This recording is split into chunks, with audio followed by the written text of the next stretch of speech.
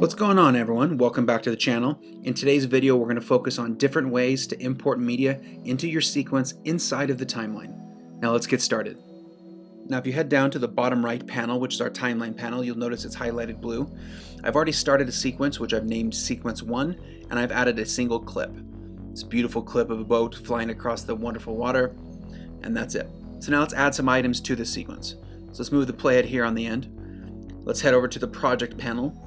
And I'm going to grab another video. So let's click on this boat video and let's drag, and you can just drag and drop it just like that. You can put on the main track here, or you can put it on track 2, and track 3, wherever you like. But I'm going to put it on the main track and I'm just going to snap it right next to the other one. So now we have two boat videos next to each other. Now the good thing about doing this is the ease of how simple it is to drag and drop. The downside, when you drag and drop from here, it grabs the entire video. So if you have a 10-minute video and you only want a 30-second clip out of that video, to drag over 10 minutes and then have to open it up, look for it, trim it down, it's kind of a little more cumbersome. Another way you can import it by selecting just the specific area you want to use. Let's double click on this video. It throws this video up in the source panel, and you can view its entirety by grabbing its own playhead inside of the source panel and move it along. And let's just say you want one little snippet of this. You don't want to do the whole clip. Let's head over here to the mark in button, and there's the mark out button. Let's go to the in and just click in, and you'll notice it places an in point. And let's scale down and say we want just where those people maybe almost disappear under the boardwalk.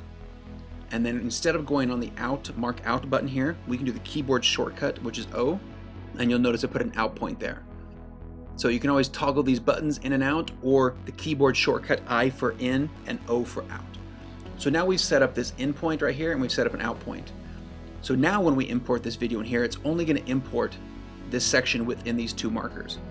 So let's just grab this middle here, and you can drag, and you can see it drops it down there, and it's literally just that one section that we pulled out. It does not have these dead ends. So I'm going to delete that. And right below that, you'll notice this little film strip that says drag video only, and there's also a waveform that says drag audio only. If you wanted to separate the audio from the video, you can literally just grab the video portion and drag and drop, or grab the audio section and drag and drop, and that will separate it. But if you want to grab the entirety, you can just grab here from the picture itself and drag and drop. Now, two other buttons I want to focus on in the source panel are over here. There's the insert button, which the keyboard shortcut you can see is a comma, and then the override button, which the keyboard shortcut is a period. So these are two very helpful buttons. So let's just say in between these two boat clips, let's find that little middle point. I'm going to open this up so you can see it a little bit better. Let me go down a little bit. So we're right here in the middle. Now if you wanted to insert this clip of the boardwalk in the middle of that, you can come down here to the insert button, and as you can tell, there's one box on top that has an arrow going down, and then it separated these two boxes, and it's splitting them, and it's moving the one to the right. So what this is going to do, if you click on that, it's going to insert that clip of the boardwalk in between those two clips we had, and it just pushes this second clip to the right to make room for the clip of the boardwalk. It doesn't override any of the footage in the second or first clip. It just puts it right in the middle, separates it, and moves this clip down the timeline. And I'm going to undo that. Now the button to the right, the override button, it'll do a similar thing. It's going to drop it here where the playhead is, but instead of moving this down entirely, it's going to start here and it's going to cover up whatever it needs to until the clip is done. So I'll show you that. And you'll notice here when I do it this way, this side is not going to move. So let's click the override button, and you notice this clip did not move, it just shortened it and then it added the boardwalk video in there. I'll show you again. So if we click insert, you'll notice the end of this clip moves along to make room for it. See how it moved? So the length of this last clip did not change, it just moved it down.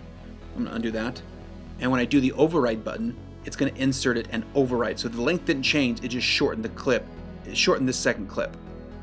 I'm going to undo that. Now remember, wherever the playhead is where it's going to place those in there. So let's just say not in between clips, but let's just say in the middle of one long clip. You can do the same thing. You can insert it, it's going to split it, which you can see, and just pushed it down. Undo that. But if I do the same thing with the override button, I'm going to click it. It didn't change the length, it just erased what's under it and placed this over the top. And the source panel to the top left up here is a great place to be able to view your clips and find a specific in and out points that you want to start and stop with. So when you import them into the sequence inside the timeline, you have exactly what you want ready to go. And always remember, you can do the same thing with audio. If you come down here to the project panel and click on this song, if I double click, it's going to do the exact same thing here, and I can find the specific place in the song and do the same thing. You can click in and out points, so then if you want to drop it in the timeline here, you can do the same thing and drop it in.